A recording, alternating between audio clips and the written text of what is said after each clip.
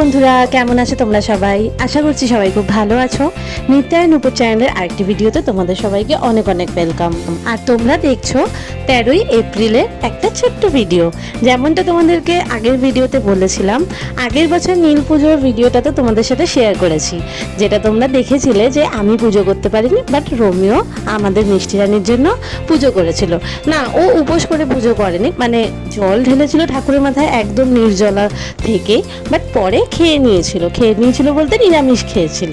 কিন্তু এই বছর আমি তা সেই সুযোগ ছাড়তে পারি না। যখন ঠাকুরের আশীর্বাদে সব কিছু ঠিক আছে, তাহলে এই বছর তো আমি পুজো করবই। তোমাদেরকে আগের বছরের ভিডিওটাতেও যখন শেয়ার করেছিলাম তখন বলেছিলাম যে এই বছর আমি একটা ছোট্ট ভিডিও শেয়ার করব যদি পারি তো, আর সেরকমভাবে ভিডিও শ্যুট করতে পেরেছিলাম কোনো রকমে, তাই তোমাদের সাথে সেটা শেয়ার করছি। চলো তো শুরু করি। সকাল সকাল ঘুম থেকে উঠে স্নান টান করে নিয়েছি, ঘর পরিষ্কার হয়ে গেছে। স্নান করে নিজের একটুখানি স্কিনের চর্চা করে নিলাম, যেমনটা সবাই করে কম বেশি, আমিও করে নিলাম সেটা। যেহেতু পুজো দিতে মন্দিরে যাব, তাই জন্য একেবারে সানস্ক্রিন মেখে রেডি হয়ে রাখলাম, যাতে আর মন্দিরে যাওয়ার আগের মুহূর্তে সেরকম কিছু যেন করতে না হয়, কারণ একটু তো তাড়াহুড়ো লাগবেই। ঘরে আমার যে আছে মিষ্টি রানী, তাই কোথাও বেরোনোর আগে তাড়াহুড়ো লাগবে, এটা তো মাস্ট। কেউ আবার আমার এটা ক্রিমটা মাখা দেখে বলো না আমি পুজো দিতে যাওয়ার আগে রূপচর্চা করছি। না না, এই যে আমি সানস্ক্রিনটা লাগালাম, আমি আর কিচ্ছু লাগাবো না। স্নান করে উঠে কিছু তো লাগাতে হয়, তাই যেহেতু বেরাবো একেবারে সানস্ক্রিনটা লাগিয়ে নিলাম, না হলে ঘরের ক্রিমই লাগাতাম যেরকম ডেলি লাগাই। আমার সাথে সাথে আজকে মিষ্টি রানীও তাড়াতাড়ি ঘুম থেকে উঠে গেছে, তাই আমি স্নান করার পরে ওকেও স্নানটা করিয়ে দিলাম। ওকে আর কেন জাগিয়ে রাখবো, শুধু শুধু ওকেও স্নানটা করিয়ে দিলাম, যাতে ও আমার সাথে মন্দিরে যেতে পারে। মানে মন্দিরে যেতে পারে কি, ও তো যাবেই আমার সাথে। তোমরা তো কম বেশি এতদিনে সবাই জেনে গেছো, আমি যেখানে যেখানে যাই মিষ্টি রানীও সেখানে সেখানে যায়। মানে এখন একটু কম হয়েছে কোলে ওঠাটা, বাকি সব একই রকম চলছে, মানে যেখানে মা সেখানে মিষ্টি রানী। তাই ওকেও স্নান টান করিয়ে একটা নতুন জামা পরালাম। এই বছর যখন কলকাতায় গেছিলাম ফেব্রুয়ারি মাসে, তোমাদেরকে তো এখনো সেই ভিডিও শেয়ার করিনি, আস্তে আস্তে দেবো গো একসাথে, কোনটা দেবো আর কোনটা দেবো না বুঝতে পারি না। তাই এই বলে রাখি জাস্ট তোমাদের সবাইকে, হ্যাঁ ফেব্রুয়ারি মাসে কলকাতায় গেছিলাম। তো যখন কলকাতায় গেছিলাম আমার মা ওকে এই জামাটা দিয়েছে, তাই ভাবলাম নীল পুজোর দিন ওকে এই নতুন জামাটা পরিয়ে দিই। আর দেখো উনি আবার মুড়ি নিয়ে বসেছে, আজকে মুড়ি নিয়ে বসে খেলছে, আর এদিকে আমি ওনাকে রেডি করছি। তো যাই হোক, আমার তো রেডি করাটাই মেন মোটো। সে মুড়ি খাক আর বিস্কিট খাক, যাই খাক, মোটমাট রেডি হওয়া নিয়ে কথা। মিষ্টিরও অলমোস্ট রেডি হওয়া ডান। এবার আমি দিয়ে দিই ঘরের পুজো। ঘরের পুজো দিয়েই বলে নাকি সবাই মন্দিরে যেতে হয়, যদিও আমার ঘরে শিবলিঙ্গ নেই, তাও আমি ঘরে পুজো দিয়ে তারপরে যাব, কারণ ঘরে আমার সিংহাসনে শিব ঠাকুরের একটা ছোট্ট ফটো আছে। যখন মিষ্টির আমরা ন্যাড়া করতে তারকেশ্বর নিয়ে গেছিলাম, তখন তোমাদেরকে সেই ভিডিওটা শেয়ার করেছিলাম, তখন ওই তারকেশ্বর থেকে একটা ছোট্ট শিব ঠাকুরের আমি ফটো নিয়ে এসেছিলাম। এই দেখো এত কিছু রোমিও কিনে নিয়ে এসেছিল এই বছরের নীল পুজোতে। মোটামুটি সবই আছে এখানে, কিন্তু যেটা নেই সেটা হচ্ছে ওই আকন্দ ফুলের মালা, ধুতরা ফুল, কাটা ফল, শুধু ওই জিনিসগুলোই ছিল না, বাকি সবই মোটামুটি পেয়ে গেছিলাম। তো দেখো আমি ঘরের ঠাকুরকেও পুজো দেওয়া শুরু করে দিয়েছি, আর রোমিও অনেক বেশি ফুল আমি আনতে বলেছিলাম, যাতে আমি ঘরের ঠাকুরের সিংহাসনটাও সুন্দর করে সাজাতে পারি, সেই কারণে ও একটু বেশি ফুলই নিয়ে এসেছিলো। এই দেখো তোমাদের সাথে কথা বলতে বলতে পুজো দেওয়া ডান হয়ে গেল। ঠাকুরের যে জলচৌকির চাদরটা ওটাও নতুন পেতেছি, এই যে সাই বাবার যে ধুতিটা ওটাও ঠাকুরকে নতুন পরিয়েছি। এইবার কলকাতা থেকে এইগুলো সব নতুন নিয়ে এসেছিলাম, তাই ভাবলাম আজকে নীল পুজোর দিনে শুভ দিনে পরিয়ে দিই। তারপর আমি মন্দিরে যাওয়ার জন্য সব এখানে রেডি করে নিলাম। আমার কাছে এর থেকে বড় থালা ছিল না, সেই কারণে একটু অসুবিধা করে নিতে হলো, বাকি সব ঠিক আছে। আর ইনি দেখো, আমি রেডি হই না হই, ইনি রেডি সব কিছুতে। তারপরে আমরা আমাদের ঘরের কাছে মন্দিরে চলে গেলাম। তখন ঘড়িতে বাজছিল ওই দুপুর 1-1:30 নাগাদ। আমরা মন্দিরে গেছিলাম। আমি সব কিছু নিয়ম যতদূর জানি তত ভাবেই করার চেষ্টা করেছিলাম, যেমন ওই ঘি, মধু, কালো তিল সব দিয়ে ঠাকুরকে প্রথমে ভালো করে লাগিয়ে তারপরে দুধ দিয়ে অভিষেক যেরকম করে, যেরকমটা শুনেছি মা তারপরে শাশুড়ি মার থেকে, সেরকমভাবেই করার চেষ্টা করেছি। বাকি যদি তোমাদের এই ভিডিওতে দেখে কিছু মনে হয় কিছু আমি ভুল ত্রুটি করেছি, তাহলে অবশ্যই আমাকে কমেন্টে জানিও, আমি সেটা একদম মানে কি বলবো, মন থেকে বলছি আমি শুধরে নেবো, কারণ আমি সত্যি এর বেশি জানি না নিয়ম কানুন। সেই কারণেই তোমাদেরকে বলা, যদি তোমাদের এই ভিডিওতে দেখে কিছু মনে হয় যে আরও কিছু করলে ভালো হয় বা যে জিনিসটা করতে নেই, প্লিজ আমাকে কমেন্ট করে তোমরা জানিও। দেখো তোমাদেরকে বললাম যে রোমিও সবই কম বেশি আমাকে এনে দিয়েছিল পুজোতে, কিন্তু আকন্দ ফুলের মালা, ধুতরা ফুলের মালা, মানে ধুতরা ফুল, আকন্দ ফুলের মালা এইসব পাইনি, তাই আমাকে গাঁদা ফুলের মালা দিয়েই ঠাকুরকে পুজো দিতে হয়েছিল। তারপরে আমি যেটা জানতাম না, সেটা মন্দিরে না চন্দন বাটা রাখা ছিল, কিন্তু আমি জানতাম না, তাই আমি বাড়ির থেকে চন্দন নিয়ে এসেছিলাম। সরস্বতী পুজোর সময় চন্দনের গুঁড়ো কিনেছিলাম দোকান থেকে, দশকর্মা দোকান থেকে, তাই সেটাই নিয়ে এসেছিলাম। ওটাই একটুখানি গুলে আর ঠাকুরকে লাগিয়ে দিলাম, কারণ আমি জানতাম না মন্দিরে ছিল চন্দন বাটা। যদি জানতাম তাহলে আমি এই চন্দনের গুঁড়োটা আনতাম না। এটা সাদা চন্দনের গুঁড়ো ছিল, শুধু জল দিয়ে, গঙ্গা জল হোক, দুধ হোক, যাই হোক তুমি যা দিয়েই মেশাবে ওটা চন্দনে পরিণত হয়ে যাবে। ফলের সাথে সাথে যেটা আমাদের বাঙালিদের নিয়ম, কাঁচা আম দেওয়া, সেটাও এনেছিলাম। আর সাথে যেন বেলও পেয়েছিলাম। বেল কিন্তু কোনো সবজির দোকানে পাইনি, এখানে দিল্লিতে অনেক ছোট ছোট স্টল বসে বেল পানা বিক্রি করে, তাদের থেকেই বেলটা কিনে এনেছিলাম। পেয়ে গেছি যে এটাই আমার জন্য অনেক বড় মঙ্গল।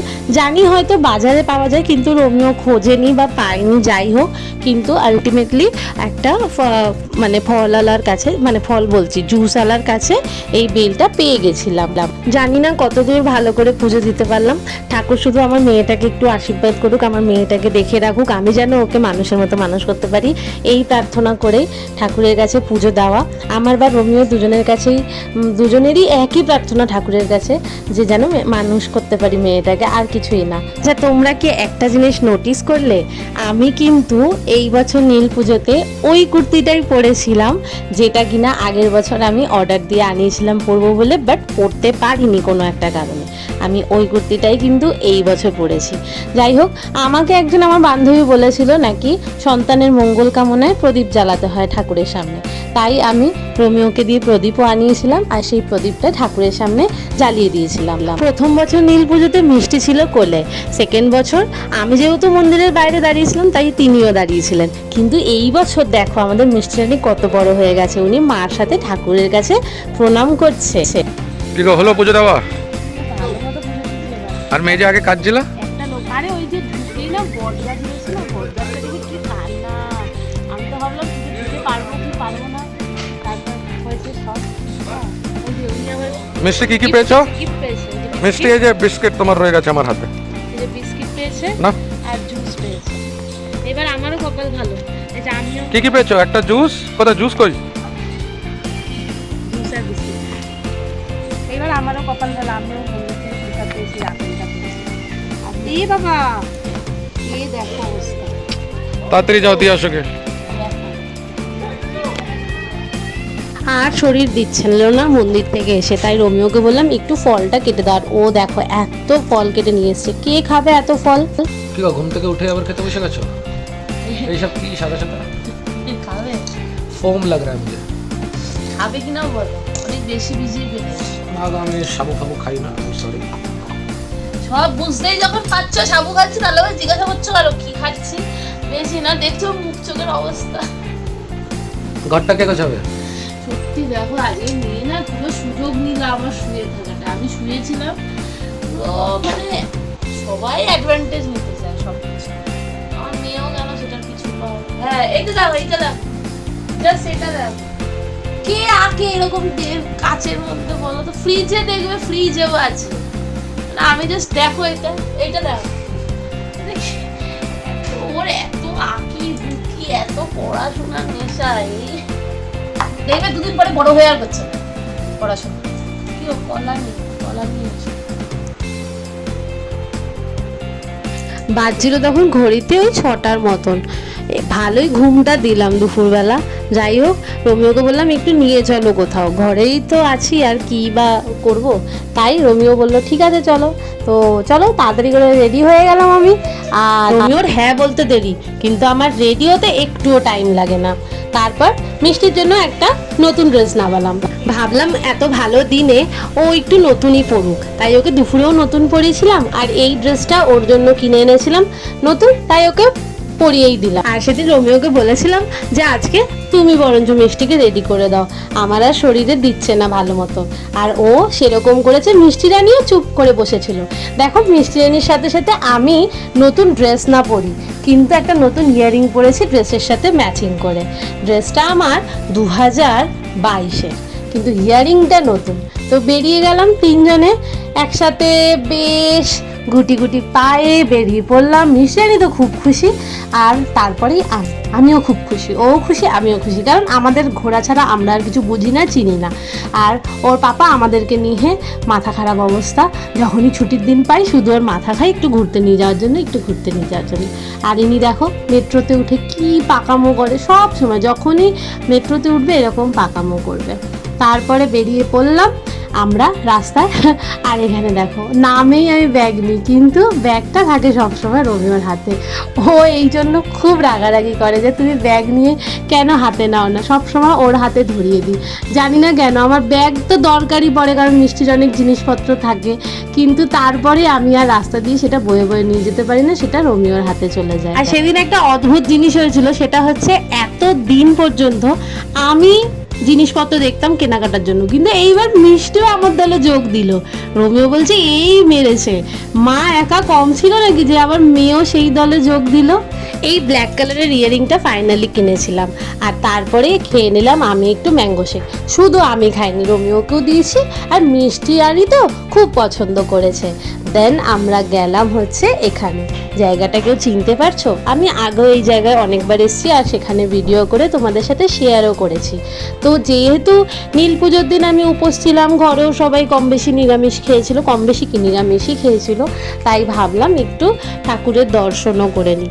আর তার আগের দিন যেহেতু নীল পুজোর আগের দিন যেহেতু হনুমান জয়ন্তী ছিল, তাই ভাবলাম একটু ঠাকুরের সাথে দেখা করে আসি। তাই আমরা গেছিলাম সিপিতে, মানে দিল্লির যে সেন্ট্রালে, সেখানে প্রাচীন হনুমান মন্দিরে। তো মন্দিরে ঢোকার আগে নিয়ে নিলাম ফুল মিষ্টি, আর সাথে ঠাকুরের সব থেকে পছন্দের লাড্ডু।